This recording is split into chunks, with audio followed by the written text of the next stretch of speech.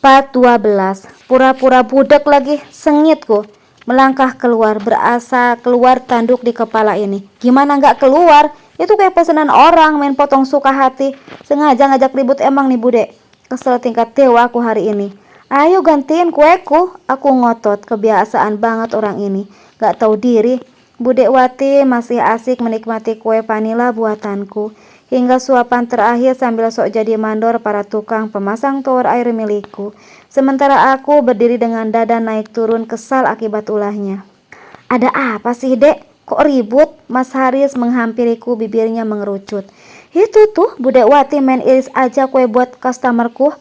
Udah gencatan senjata dulu. Malu, ada orang kerja di rumah. Bisik Mas Haris.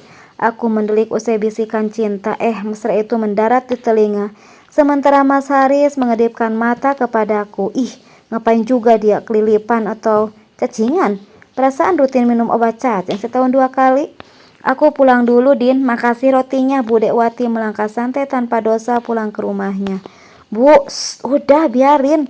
Mas Haris mencekal tanganku saat aku mau mengejar Budek Wati. Udah, bisiknya padaku. Mataku mendelik, tapi mas, itu nasib kueku gimana? Aku juga berbisik memasang tampang sangar. Udah, bikin lagi, mas ganti kuehmu. Buat para tukang ya, bisik Mas Haris, mulutnya bak adegan pantomim. Kemudian Mas Haris merogoh sakunya. Ini cukup. Buset, 50.000. Oke, ambil tuh kue mas. Dengan senang hati aku bikin lagi. Biarin aja tuh si Budewati sakit perut, meriang, masuk angin, makan kue tanpa permisi. Aku masuk ke dalam, ngadon lagi deh. Kerja 2 kali, tenang, harus tenang. Kalau nggak tenang bisa ambiar kuenya. Menarik napas dalam lalu ku hembuskan perlahan. Kuulangi hingga hati ini stabil. Membuat kue sambil masakin tukang, lumayan capek. Ayam goreng, sambal tomat, dan berbagai lalapan sudah siap terhidang di meja makan. Kue sisa Budek Wati juga sudah kuhidangkan di teras belakang. Aku keluar sambil menunggu kueku matang di oven. Mas, ini keran ini nyambung ke drum kan? Kutunjuk keran air yang kini terpasang cantik di dekat teras. Iya mbak, kata suaminya begitu, sahut si tukang. Lumayan ada keran di situ, bisa cuci kaki tanpa harus ke kamar mandi. Aku senyum bahagia melihat hasil kerja para tukang. Melangkah masuk mengecek kembali kue dalam oven. Mataku mengerling ke arah jam dinding. Alamak, udah hampir deadline ini. Kudu gercep. Ku angkat kue ini lalu ku hadapkan pada kipas angin. Setelah dirasa cukup dingin, ku keluarkan dari loyang. Alhamdulillah mulus. Lanjut dikipas terus kue ini agar lekas dingin. Ya kali moles buttercream di kue panas meleleh dong. Kok dikipas? Mas Haris komentar saat masuk ngambil air minum di kulkas. Udah, kalau nggak tahu diem. Luncuk ini ku tempelkan di bibir. Mas Haris berlalu tanpa mau berdebat denganku. Dia lebih milih ngalah deh kayaknya. Sudahlah, yang penting tugasku udah beres nyiapin makan buat para tukang dan suamiku tentunya.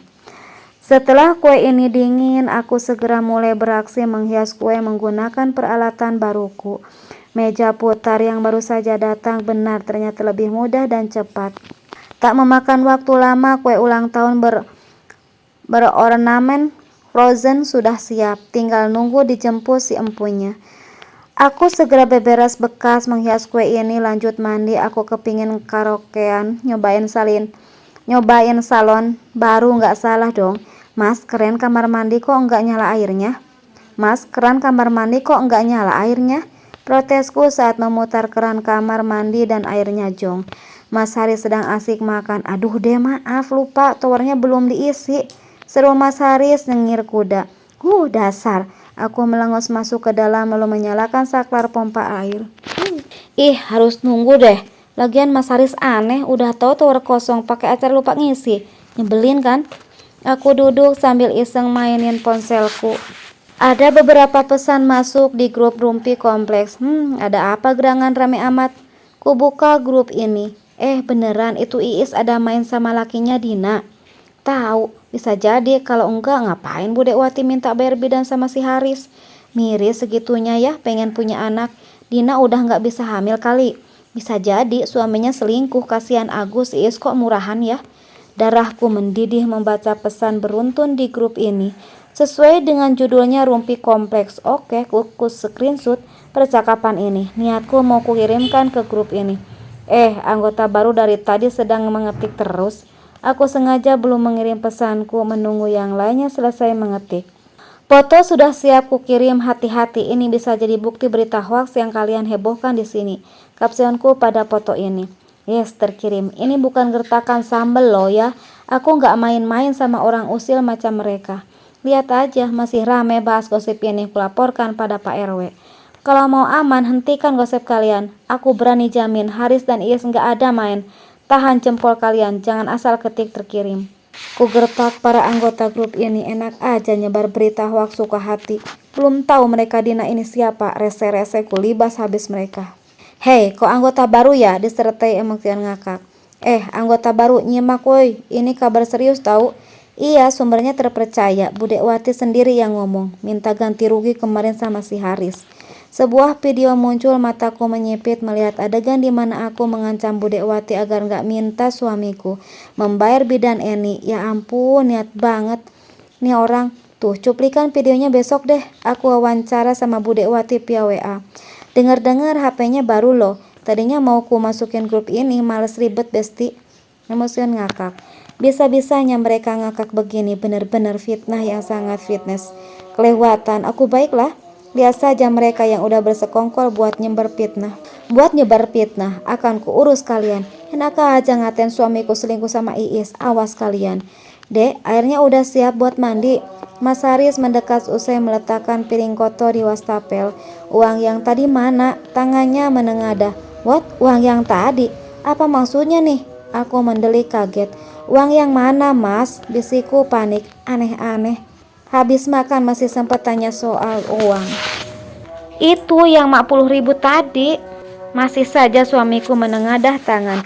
Aku domblong guys, alias melongo gak percaya. Itu kan buat aku. Aku berisik keras. Udah cepetin, nanti mas gantiin, itu buat bayar tukang dulu, bisiknya.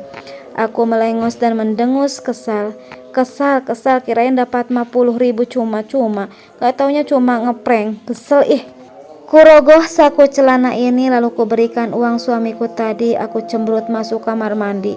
Niat hati mau jajan buat karaokean, entar malah dipalak lagi uangnya. Gagal maningson.